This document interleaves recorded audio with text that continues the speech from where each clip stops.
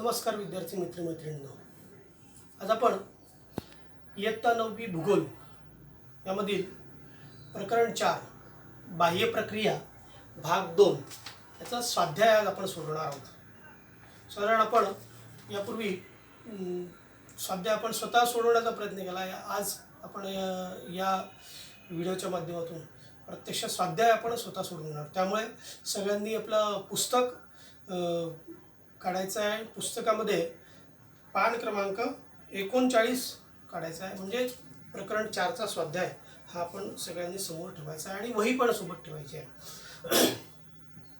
यामध्ये आपण बघूया सगळ्यात पहिला प्रश्न। याच्यामध्ये पुढीलपैकी योग्य विधान ओळखून लिहा।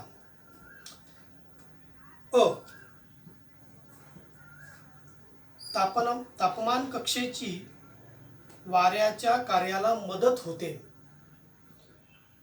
म्हणजे हा प्रश्न, प्रत्येक प्रश्न आपण समजून पण घेऊ या सगळ्या स्वाध्यायाच्या वेळेस। तापमान कक्षेची, तापमान कक्ष म्हणजे काय की किमान तापमान आणि कमाल तापमान, उष्ण आणि थंड असं जे काही तापमानामध्ये बदल होत असतो, यामुळे वाऱ्याचं कार्य सुकर होतं, अधिक त्याला सोपं जातं, असं याचा या प्रश्नाचा अर्थ आहे। साधारण हे विधान काय आपल्याला, तर आपल्याला असं लक्षात येतं की जिथे अशी तापमान कक्षा अधिक असते अशा ठिकाणी वाऱ्यांची निर्मिती सुद्धा मोठ्या प्रमाणात होत असते। त्यामुळे आपल्याला हे विधान बरोबर आहे असं आपल्याला म्हणता येईल। म्हणजे पहिलं अ जे आहे, तापमान कक्षेची वाऱ्याच्या कार्याला मदत होते, हे विधान योग्य आहे। दुसरं बघूया, वाळवंटी प्रदेशात नदीचे कार्य इतर कारकांपेक्षा प्रभावी असते। वाळवंटात नद्यांचं प्रमाण अधिक असतं का? बरोबर नाही। मग याचा अर्थ असा की वाळवंटामध्ये कोणतं कारक सगळ्यात अधिक काम करतं? तर वाळवंटामध्ये आपण पाहिलं आहे की वाऱ्याचं कार्य वाळवंटात सगळ्यात अधिक प्रमाणात होतं, नदीचं होत नाही। आणि म्हणून दुसरं विधान जे आहे, वाळवंटी प्रदेशात नदीचे कार्य इतर कारकांपेक्षा प्रभावी असते, हे विधान अयोग्य आहे। तर तिथे कोणतं कार्य अधिक होतं ते पण सांगूया की वाळवंटी प्रदेशात वाऱ्याचे कार्य हे इतर कारकांपेक्षा अधिक होत असतं। भूजलाचे कार्य मृदू खडकांच्या प्रदेशात जास्त होते। आपण बघितलं भूजलामध्ये सच्छिद्र खडक, अछिद्र खडक आणि विद्राव्य घटक ज्या खडकांमध्ये अधिक असतात किंवा विद्राव्य खनिजे ज्या खडकांमध्ये अधिक असतात, अशा ठिकाणी भूजलाचं कार्य जास्त होतं। आणि त्यामुळे तिसरं विधान जे आहे की मृदू खडक जिथे असतात त्या ठिकाणी भूजलाचं कार्य अधिक होतं, तिथे खनन क्रिया ही भूजलाची अधिक जास्त प्रमाणात घडून येते आणि म्हणून मृदू खडकाच्या प्रदेशामध्ये भूजलाचं कार्य हे जास्त होत असतं। प्रश्न, वाऱ्याचे कार्यक्षेत्र नदी, हिमनदी, सागरी लाटा याप्रमाणे मर्यादित नसून चौफेर आहे। आपण चौघांचा विचार करू। वारा हा सर्वत्र असतो, फक्त जमिनीच्या खाली नाही आहे। नदी ठराविक क्षेत्रात राहणार आहे, हिमनदी तर खूपच कमी क्षेत्रात राहणार आहे, सागरी लाटा फक्त सागराशी संबंधित आहे। त्यामुळे नदी, हिमनदी आणि सागरी लाटा यापेक्षा वारा हा जास्तीत जास्त प्रदेशामध्ये काम करतो। त्यामुळे चौथं विधान हे सुद्धा कसं आहे, बरोबर आहे, योग्य आहे। प्रश्न दुसरा, पुढीलपैकी अयोग्य विधान ओळखून दुरुस्त करून लिहा। आता बघा त्यातलं हिमनदीच्या भूपृष्ठावरील बर्फ तळभागावरील बर्फापेक्षा जास्त गतीने पुढे जात असतो। बघा, हिमनदीच्या भूपृष्ठावरील बर्फ तळभागावरील बर्फापेक्षा जास्त गतीने पुढे जात असतो। याचा अर्थ काय की हिमनदी जी आहे तर त्याच्या तळाशी, म्हणजे जसं सागराचा तळ असतो, नदीचा तळ असतो, तसा हिमनदीचा सुद्धा तळ आहे। तसं तळाकडे असणारा जो बर्फ आहे हा हिमनदीच्या वरच्या भागात असणाऱ्या बर्फापेक्षा कमी गतीने पुढे जातो, म्हणजे वरचा हा जास्त गतीने जातो असं म्हणणं आहे त्यांचं या प्रश्नात। तर बर्फ हा घनरूप एकत्रित साचा आहे आणि त्यामुळे जोपर्यंत खालचा भाग सरकत नाही तोपर्यंत बर्फाचा वरचा भाग सरकणार नाही. का बरं? तर खाली हिमनदीच्या खाली जो सगळ्यात तळाशी असलेला भूभाग आहे, या भूभागाला असलेल्या उताराच्या आधारावरतीच त्याची गती निश्चित होत असते. वरच्या भूपृष्ठाशी असलेल्या म्हणजे जो या बर्फाच्या वरच्या हिमनदीच्या वरच्या स्तरावरचा बर्फ जो आहे तो मात्र खालचा बर्फ हिमनदीचा पुढे सरकल्याशिवाय सरकत नाही. त्यामुळे पहिलं विधान हे या ठिकाणी चूक आहे. दुसरा आ प्रश्न, मंद उतार, मंदावलेली गती व वाहून आणलेला गाळ यामुळे नदीचे संचयन कार्य घडून येते. बघा, नदी आपल्यासोबत गाळ आणते, वाहून आणते, पण हा गाळ जेव्हा ती अत्यंत वेगाने वाहते तेव्हा तिला तो गाळ सोबत घेऊन जाता येतो. पण जर का एखाद्या मंद उताराच्या ठिकाणी आली किंवा सपाट भूप्रदेशात आली की तिची वाहण्याची जी गती आहे ती कमी होते आणि त्यामुळे तो गाळ वाहून नेण्यासाठी जी ताकद लागते ना, ती ताकद तिची त्या ठिकाणी कमी पडते आणि म्हणून मग मंद उताराच्या ठिकाणी गाळ वाहून नेणं तिला जमत नाही. मग ती त्या ठिकाणी ती काय करणार, तो गाळ आपल्या किनाऱ्या प्रदेशामध्ये आजूबाजूला टाकून देणार, त्याला निक्षेपित करणार किंवा त्याचं संचयन करणार. तसंच मंदावलेली गती, आत्ता म्हटलं मी की व सपाट भूप्रदेशाला की ते संथ व्हायला लागते, त्यामुळे सुद्धा तो गाळ जो आहे तो तळाशी थांबतो किंवा हळूहळू ती आपल्या किनारी प्रदेशामध्ये तो गाळ बाजूला टाकत चालते. त्यामुळे दुसरं जे वाक्य आहे आ वाक्य ते सुद्धा या ठिकाणी योग्य आहे, विधान बरोबर आहे. ई, नदी हिमनदीपेक्षा जास्त वेगाने वाहते. सांगा, पाणी वेगात जाणार का बर्फ वेगात जाणार? बरं, पाणी जाणार आणि म्हणून आपण तिसरं विधान जे आहे ते सुद्धा योग्य आहे. चौथं विधान ई, हिमनदीची गती मध्यभागी कमी तर दोन्ही काठांवर जास्त असते.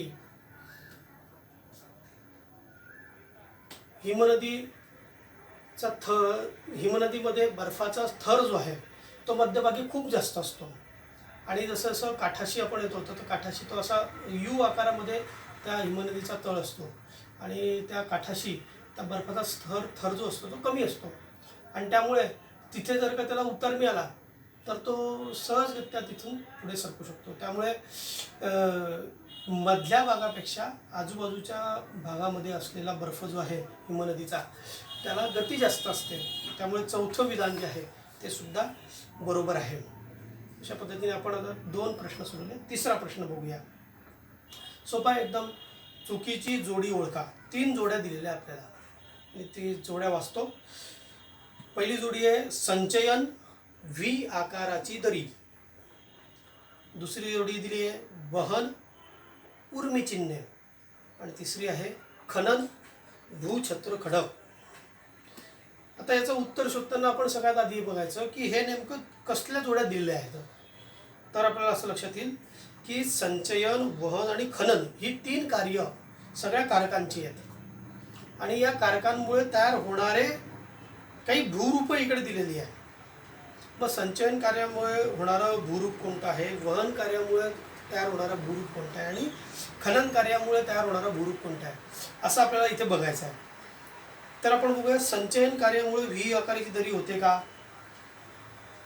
किंवा तो सोबत आणलेला गाळ त्याचं त्या ठिकाणी निक्षेपण, त्याला साठवणं आणि त्याच्यामुळे व्ही आकाराची दरी झाली असं होतं का. तर पहिलीच जोडी आपल्याला चुकीची दिसते आहे, कारण की व्ही आकाराची दरी तयार होते ती नदीच्या वहन कार्यामुळे तयार होते आणि नदीचा मधला भाग जो आहे पात्राचा तो जास्तीत जास्त त्याचं खनन होत चाललं जातं वेगाने वाहिल्यामुळे. असं वहन आणि खनन कार्यामुळे व्ही आकाराची दरी नदी तयार करते, पण या ठिकाणी त्याचं संचयन असं म्हटलेलं आहे.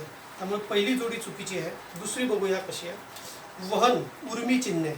आपण बघितलं वाळवंटी प्रदेशामध्ये मंद हवा जेव्हा वाहते तेव्हा त्या मंद हवेसोबत त्या वाळवंटातल्या भूपृष्ठावरचे जे सूक्ष्म कण असतात ते सुद्धा त्या मंद हवेसोबत पुढे हलवले जातात, वाहिल्या जातात आणि त्या ठिकाणी लाटांच्या आकाराचे काही खुणा ह्या त्याच्यात निर्माण होतात आणि त्याला आपण म्हटलं होतं उर्मी चिन्हे.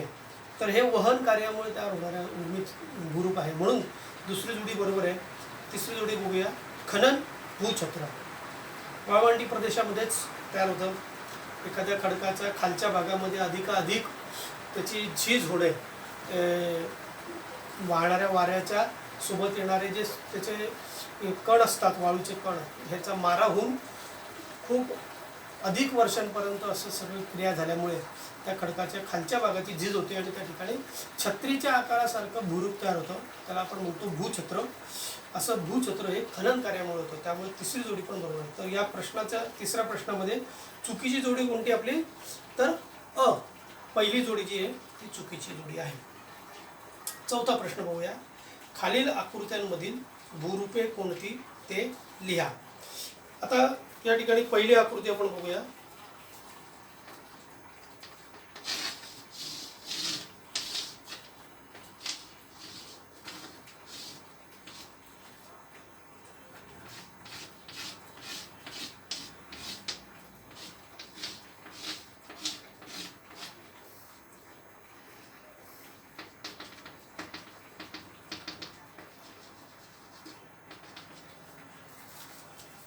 तर ही आकृती कोणती आहे? त्या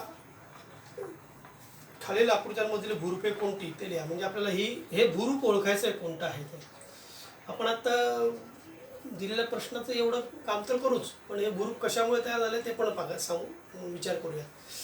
तर या ठिकाणी आपल्याला काय दिसतंय? तर व्ही आकाराची दरी.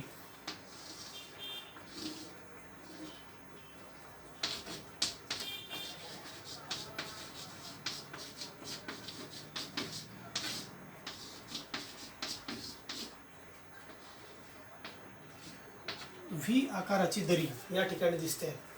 हे कोणत्या कार्यामुळे होते? कोणत्या कारकांमुळे होते?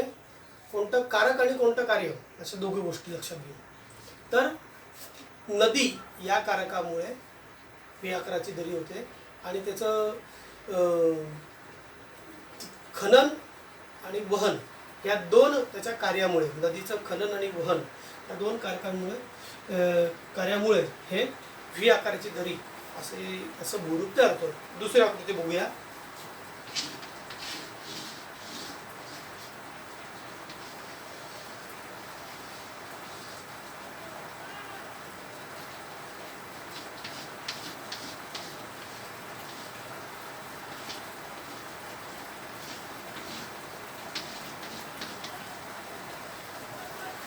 साधारण असा प्रदेश कुठे दिसतो आपल्याला की आजूबाजूला दोन मोठे मोठे पर्वतासारखे, म्हणजे उंच डोंगर आणि मध्ये बारीक अशी भूभाग असं मोकळा झालेला आहे, असं पुढे दिसतं. तर साधारण अशा भागाला आपण म्हणतो घळई.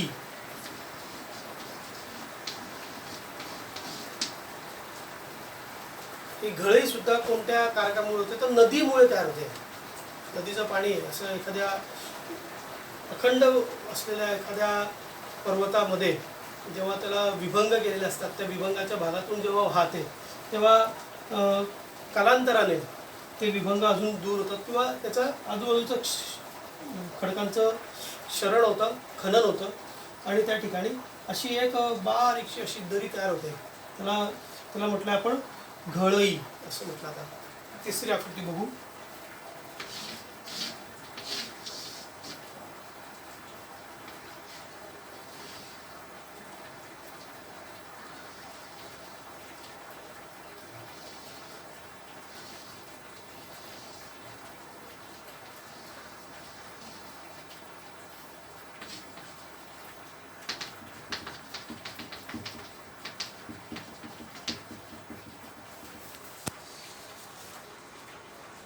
तर ही तिसरी आकृती बघा. आपल्याला कोणत्या कारकामुळे तयार झालेले भूरूप आहे असं वाटतं?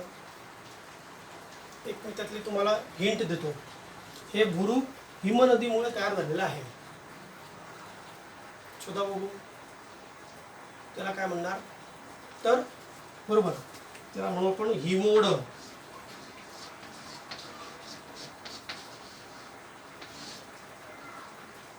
हिमनदीमुळे तयार होणारं हे भूरूप आहे. आता आपण चौथा प्रश्न बघूया, पाचवा प्रश्न बघूया. खाली दिलेल्या भूरूपांचे कारकानुसार वर्गीकरण करून पुढील तक्ता पूर्ण करा. आपल्या वहीमध्ये असा हा तक्ता आखण्यापेक्षा आपण करूया की एक 2-2 ओळी सोडून नदी, वारा, हिमनदी, सागरी लाटा आणि भूजल असं सगळं लिहून घ्या. हे 5 काय आहेत? तर ही 5 कारक आहेत, ज्यांच्यामुळे वेगवेगळी भूरूप तयार होतात, अशी ही कारक आहेत. लिहून घ्या. नदी, 1-2 ओळी सोडून वारा, 2 ओळी सोडून हिमनदी, 2 ओळी सोडून सागरी लाटा आणि पुन्हा 2 ओळी सोडून भूजल असं लिहून घ्या. बरोबर. आता कंसात दिलेलं एक एक भूरूप बघू आणि ज्या कारकांमुळे ते तयार झाले त्याच्या पुढे ते लिहत जाऊ.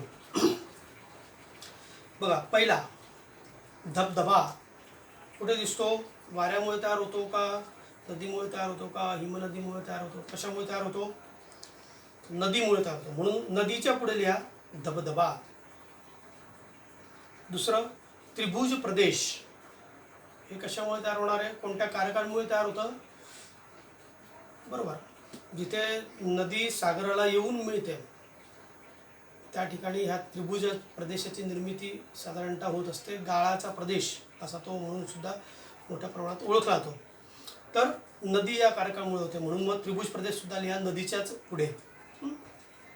पुढचा लिहा हिमगव्हर. पुढचा आहे हिमगव्हर. त्याच्या नावातच दिलेलं आहे आपल्याला की हे कशामुळे तयार होतं.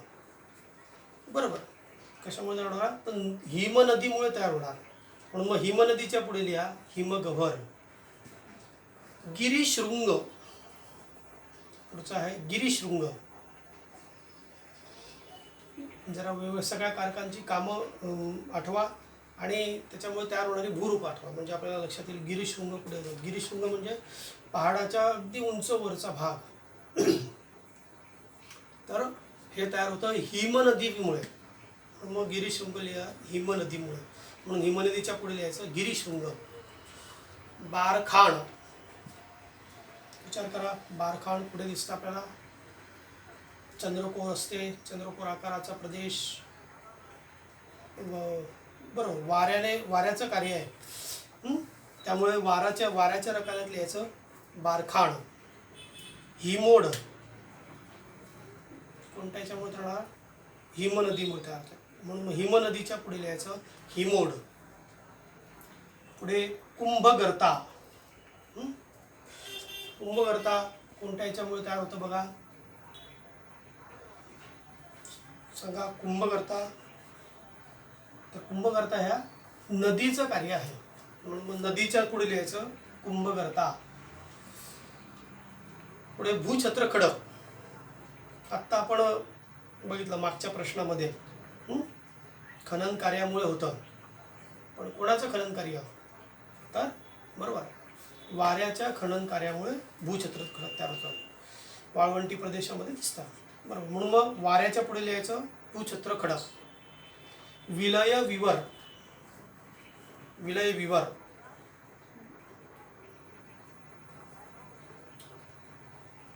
जमिनीच्या खाली पोकळी निर्माण होते आणि जमिनीचा भाग खचतो, पडतो आणि जो खोल खड्डा तयार होतो त्याला आपण विलय विवर म्हणतो.